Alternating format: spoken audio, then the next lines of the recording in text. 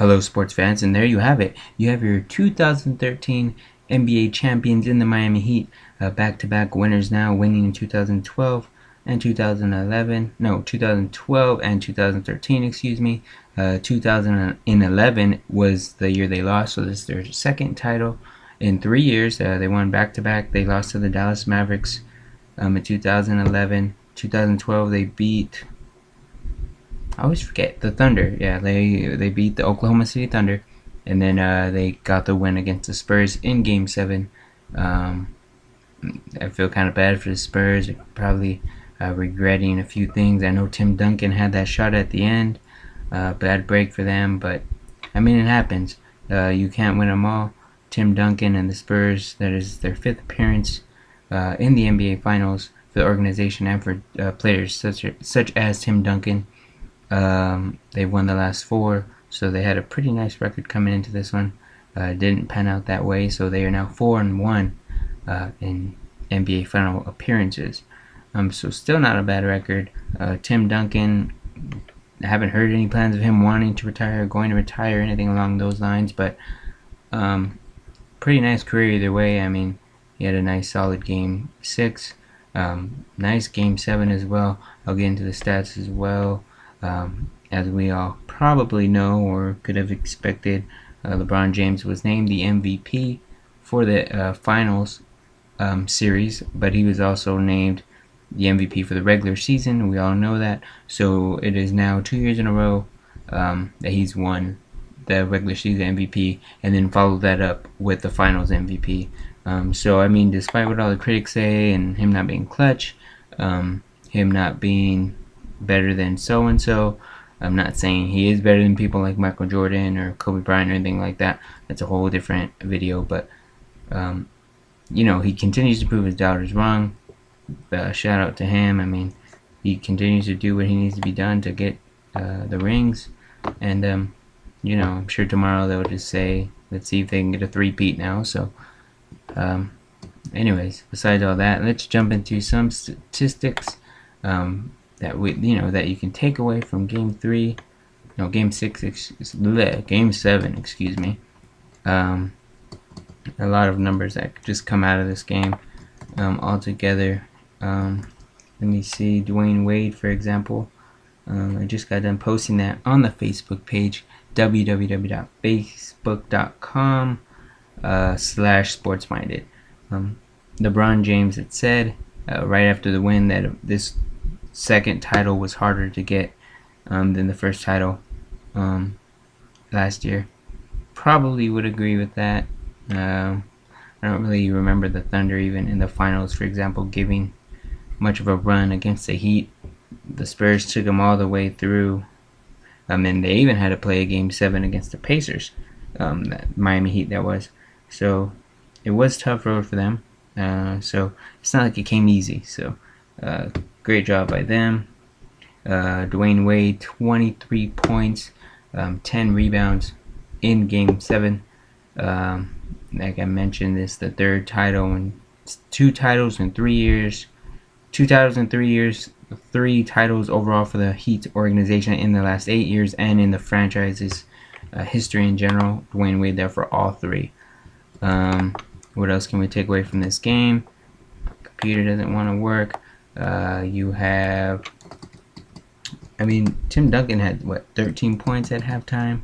LeBron James had 15. So these guys played pretty consistent throughout the whole game. 37 points and 12 rebounds for LeBron James.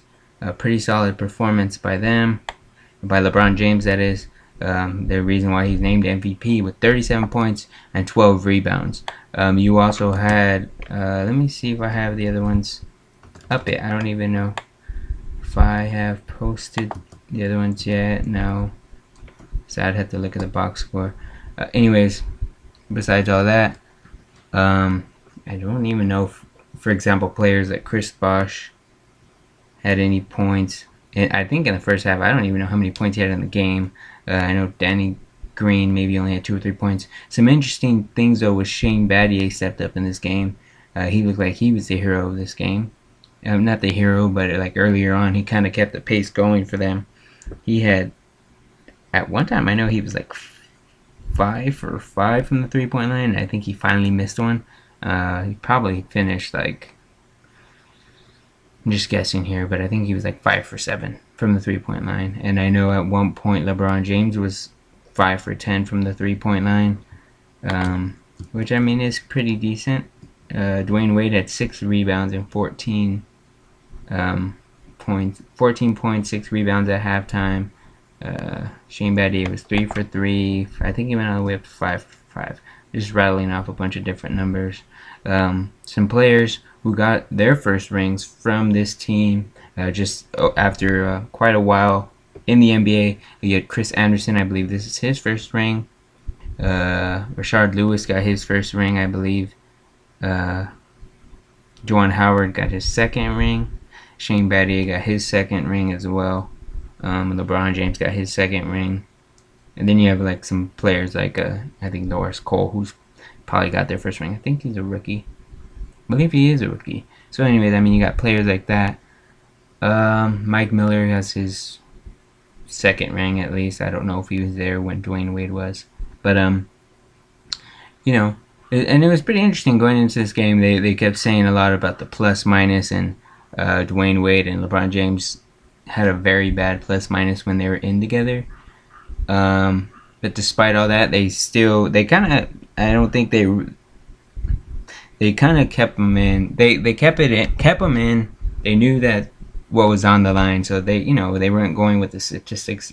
When it comes to Game 7, you kind of throw everything out of the window with that, and you just kind of play with your heart, and that's kind of what they did. I was very happy, and I'm sure many other people were, that this game was not a blowout for one team or the other. It was pretty solid all the way down to the middle, all the way to the end, from beginning, middle, and end. You had, I don't even think I've said the final score yet. It was under 90 points for both teams, maybe. It was like 90. I don't know. I don't want to make up a number here, so let me try and get you that real. I want to say 95. Okay, 95 to 88. So, I mean, they got over 90 points. Both teams are kind of exhausted. They've been playing for a while. I heard a stat yesterday, or earlier this morning, LeBron James has played in close to 200 or over 200 games. I'm sure he didn't play a whole lot of games during I don't know if this past summer. Oh no, because I guess the Olympics were last season or last summer. So if that's true, then he really didn't have any breaks because he played during the summer.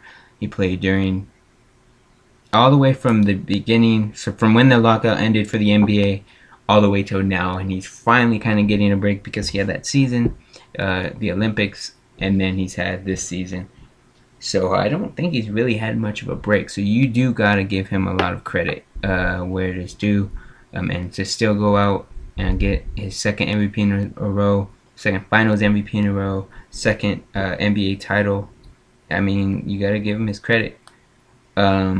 Some other people who will from the ceremony, one of the main storylines I guess you can make up from that was this is the last season for David Stern.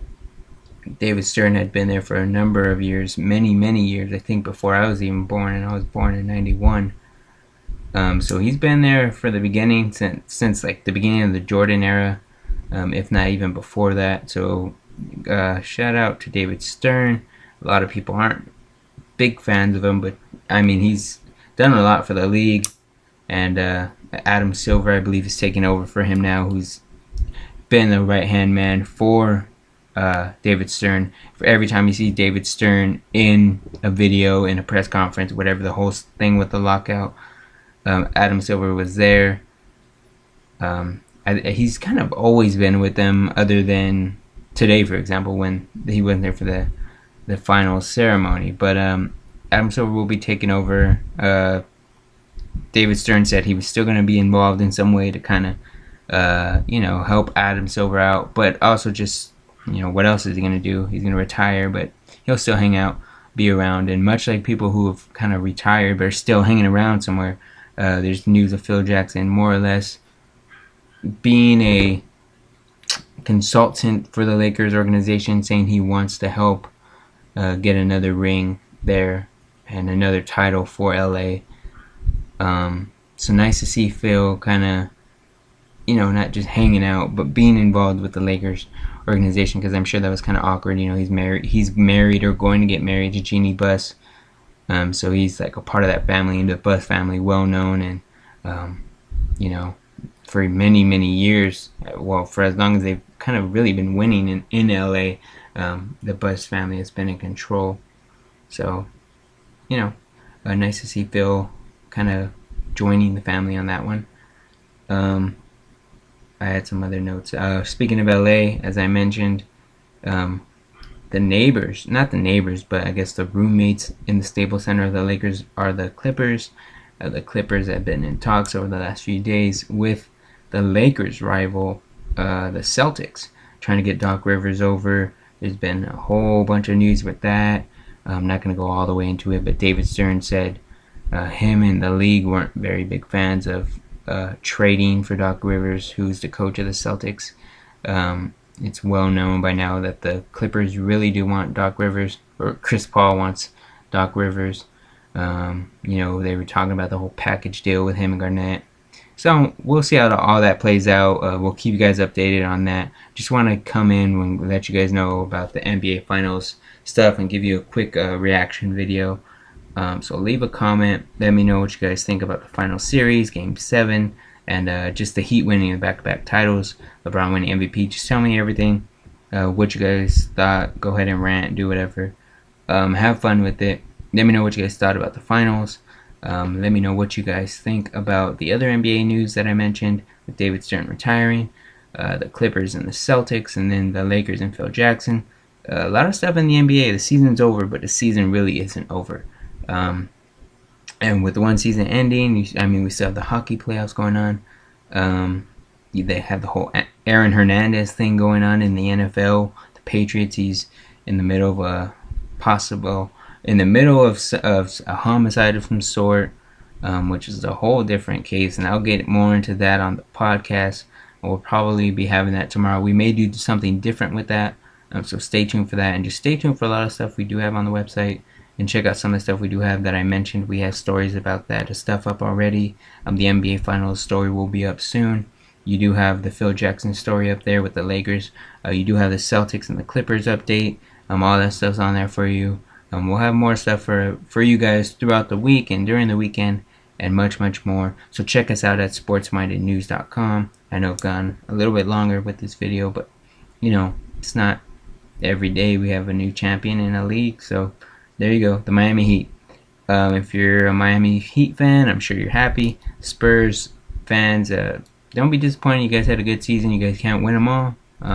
And you got to enjoy the sportsmanship at the end of that Game 7, where LeBron James kind of more or less ran over the Coach Popovich and Tim Duncan to give them props and credit where it is due. So with that being said, I'll leave it off on that good note. Follow us on Twitter, sports_minded. And again, the website, sportsmindednews.com. Have a nice day.